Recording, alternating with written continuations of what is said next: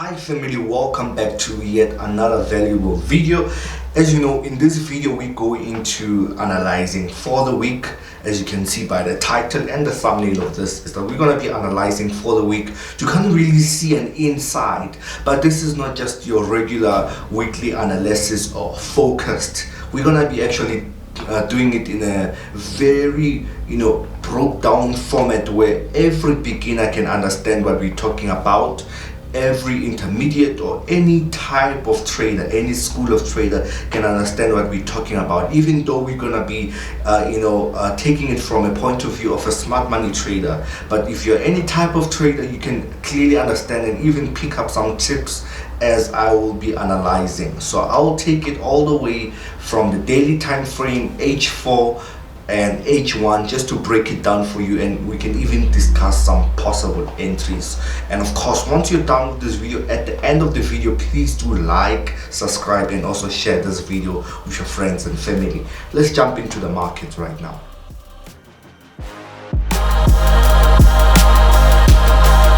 Okay family, so we're on the markets right now, and I want to be looking at the daily time frame, or rather I want us to look at the daily time frame over here. We are on NASDAQ, by the way, and of course the first thing that I want to highlight is the structure. As you can see, we do have quite a very beautiful structure. As you can see here, we have a bearish market. And if we're gonna break it down, let's break it down for all the beginners, right? In terms of how do we actually end up having this structure overall, where we're having sellers in charge, and what's really happening, what ways can we really catch. So we're gonna plot all our bearings, and I'm gonna show you how I do this regularly, right? On every time I actually analyze, whether any time frame, this is what I do. So the first thing, I go here and I take the high. So you can just, this is one of the horizontal lines, you can just change them yourself by just typing in on the text and middle over there. Okay, so that's my high, that's quite visible even to a child. And also take it as my low. As you can see, this is the last low that the market gave us so far, even though I do anticipate that we're gonna break it, and I'll show you why I say we're gonna break it. Now, as you can see over here, when we're having this change of trend, right, we must have a change of what we call character, and therefore that's what we had when we broke the last high. So we can call that chalk. So as you can see, that was the last high before the market actually broke it over there. So that's the chalk. Once we had that, we can see now the market actually began to break all the lower lows. I'm gonna put an indicator for you that you can see that. Okay, so we had this as the lower lows, and we have all the lower lows that are marked for us with this indicator. It's called higher high lower low strategy. Okay, you can just check it out on your trading view. If you're a beginner, it will really help you so much. So as you can see, all the lower lows, the market has actually broken them. What I'm gonna do, as you can see, where we have our lower lows and they've been broken, we're gonna take our break of structure. So it's called the BOS, break of structure. Okay, all the breaks of structure here, we're gonna be taking them, and what it simply labels to us as a trader, or to an understanding, or to a certain level of understanding, is that it's basically showing you that the market is breaking structure to continue with a bearish market. So in this case, of course, we are in a bearish market, and we can clearly see again, when we go all the way here, we do have lower lows. The market broke it. It was clearly showing us that it's gonna break structure, even though the market was pulling back. Okay, let's go again and label it. I know some of you guys know what I'm doing. It's all right. It's always something that you can learn. Now that we've concluded, we have the change of character, break of structure, break of structure, break of structure. Then now we want to look, of course, since we're in a bearish market, we expect supply zones. Each and every lower high the market imprints, that will give us a supply zone. Okay, yes, there are other entry formats, but the easiest one to pick up is a supply zone. In the case of this trade right here, you will see what really influenced it. For example, what actually influenced this here was this supply here. I'm gonna just take it and mark it for you. What actually also influenced another turnaround or a reversal of the market was this supply over there. Okay, so we can see all of the supplies are the ones that actually affected the market, even in points where we're having medium pullbacks. We can see we did have supplies actually, in fact, affecting the markets overall in terms of character or reversals. So we can see again over here we did have a supply. Okay, there we go, and the market actually sold.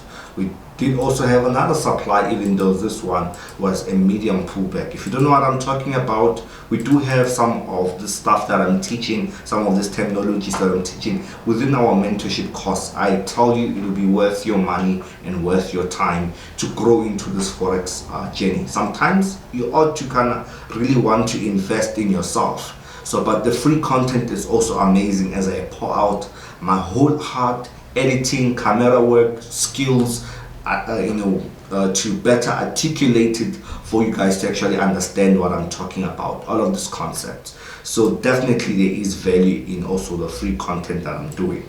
So now that we can see we are in a bearish market, so we have what called supplies. As you can see, we have supplies, we have fair value gaps, we have a lot of things that the market actually does. But now we are at this point of price action, right? As you can see, we did have an impulse, pullback, impulse, pullback, impulse, pullback. So this was the actual pullback. This is what we call a medium pullback. This is what we call a deep pullback, where it looks like on a lower time frame we're breaking trends, but we're not actually breaking trends. It's called a deep pullback.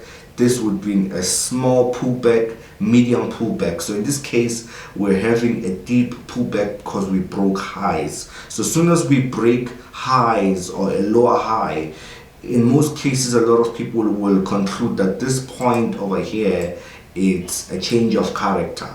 But in fact, we're just breaking it to create a deep pullback. I hope I'm clear with what I'm saying. So in this case, then we do have this supply over here. Okay, let me just show you guys what I mean. So we have all of this supply over here, this supply that really affected the market here. Let me just stretch it for you.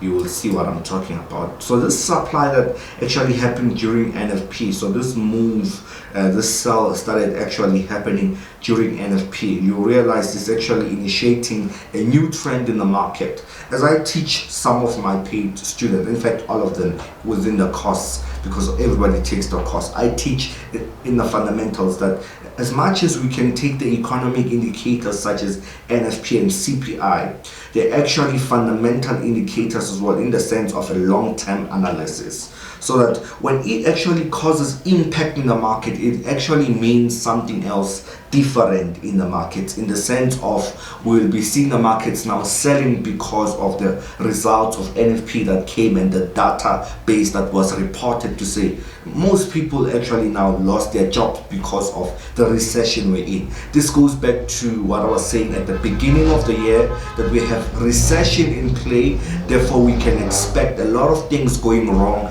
and a bearish market for NASDAQ. So fundamentally speaking, it does approve structure, because fundamentals control structure. What controls the market is not smart money or the interbank. It is therefore the economy behind that whole market. Remember, okay? So in this case, we do have this supply here, which shows us exactly what's happening in the economy. To say we are having sales that are coming in. Now, if we can go to let's go to the 4H here, so that you guys can see exactly. We can definitely see that it is a very beautiful cell that actually touched this supply over here, and we can see that we're actually starting a new trend overall, going all the way bearish, and I do really anticipate it to create a bearish movement for the past few days or weeks. It may take weeks again, it may take days. We don't know how fast the market is going to move. But so far, I wish I actually held my NFP trade. But I mean, I was just making money in and out, and that was it. But we can clearly see from a long-term perspective that we're actually in sales. In terms of entry point, we're going to have to look at the H1, what it has in store for us. We can already identify that we've broken the last higher high, therefore that would be a change of character. Okay, so that will be a change of character because we've broken the last higher high over here. Okay, now that we've broken the last higher high, we do have areas of supply because we're still in a bearish market. Okay, so areas of supply over there, that is our area of supply. So we may possibly get the market pulling back all the way here, but we also have smaller supplies within the small impulse that's taking place. So I'm not sure exactly what entry point. We'll have to do an intraday analysis for that maybe tomorrow, so to kind of really go deeper into the entry points that we may get during the week. But so far, in terms of direction, we're quite on the accurate side to say, we are selling this market. It's a sell market, and I did break it down to you in terms of understanding it sells. Why should it sell? I did explain fundamentally speaking, and also in terms of technicals, smart money. I hope you've been blessed by this family. Make sure to subscribe, like, and also follow this channel for more videos or more educational videos. God bless.